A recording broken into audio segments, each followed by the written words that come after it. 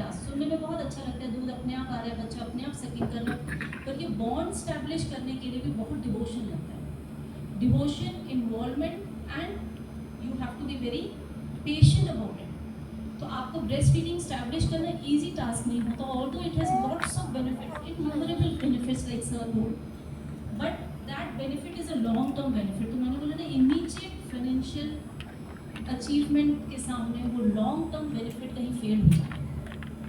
So you can save more time and work more if you give top feed to your baby rather than sit and make efforts to breastfeed. So these are the newer challenges which we face when we empower women to work more, to the extent that we compromise on our motherhood. There is parenting stress. There are nuclear families, and because we are becoming financially independent, to some extent there is change in your outlook also. आपके दिमागी other acceptance compromise करने में बहुत मुश्किल होती है, लेकिन ये फैक्ट है कि मदरहुड में बहुत सेक्रीफाइस है। आपके बच्चे को समझने के लिए, जो कि बोलता नहीं है, जुबान नहीं होती, उसको समझने के लिए you have to be very emotional and very sensitive, बिना बोले समझने के लिए। But once you work and deliver results, you have to be very mathematical. इतना जोड़ के इतना मिलेगा वाले हिसाब में जाने के बाद में आपको शायद वही रिजल्ट्स अपने बेबी के साथ इमीडिएटली नहीं मिल पाते हो। So this lot of parenting stress, you feel किया मैंने ये भी दिया फिर भी ये नहीं हुआ। During pregnancy is what we realise कि आपको लगता है मैं ठीक से खा रही हूँ, मैं तो सुबह वॉक भी करती हूँ, मैं आधा घंटा वॉक करती हूँ, मैं लगभग रोज़ वॉक करती हूँ, फिर भी मेरी डिलीवरी नॉर्मल नहीं हो रही है, मेरा वेट बढ़ता जा रहा है। तो actually the problem lies with your life style.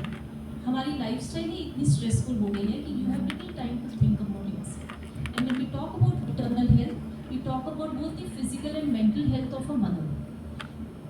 औरत जब प्रेग्नेंट होती है तो उसका मानसिक और शारीरिक दोनों संतुलन बहुत ज़रूरी होता है।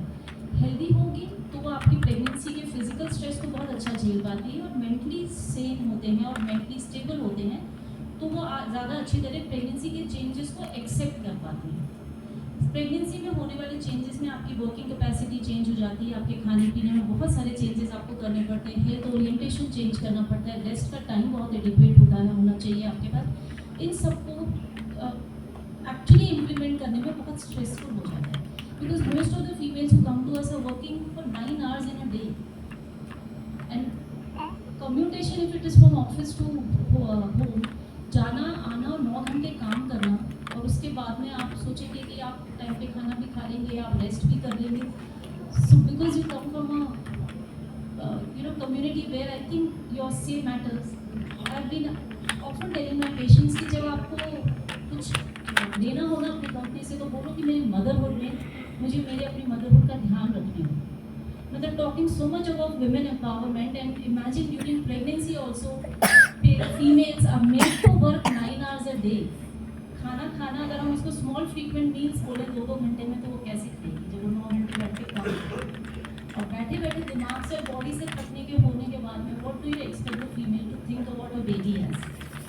सो when we talk about maternal health we talk very well, but we actually when we in person have to do something for mothers, I think there is very little which is actually coming out.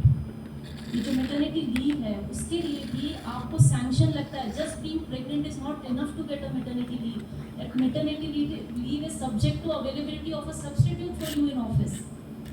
शायद जब तक नहीं होगा तब तक आपको maternity leave easily नहीं मिलेगी, और ये 6 महीने में कवर होगा, मैटरनिटी में आपका कुछ भी होगा। तो there so many things to it and it depends upon the level of where you are working.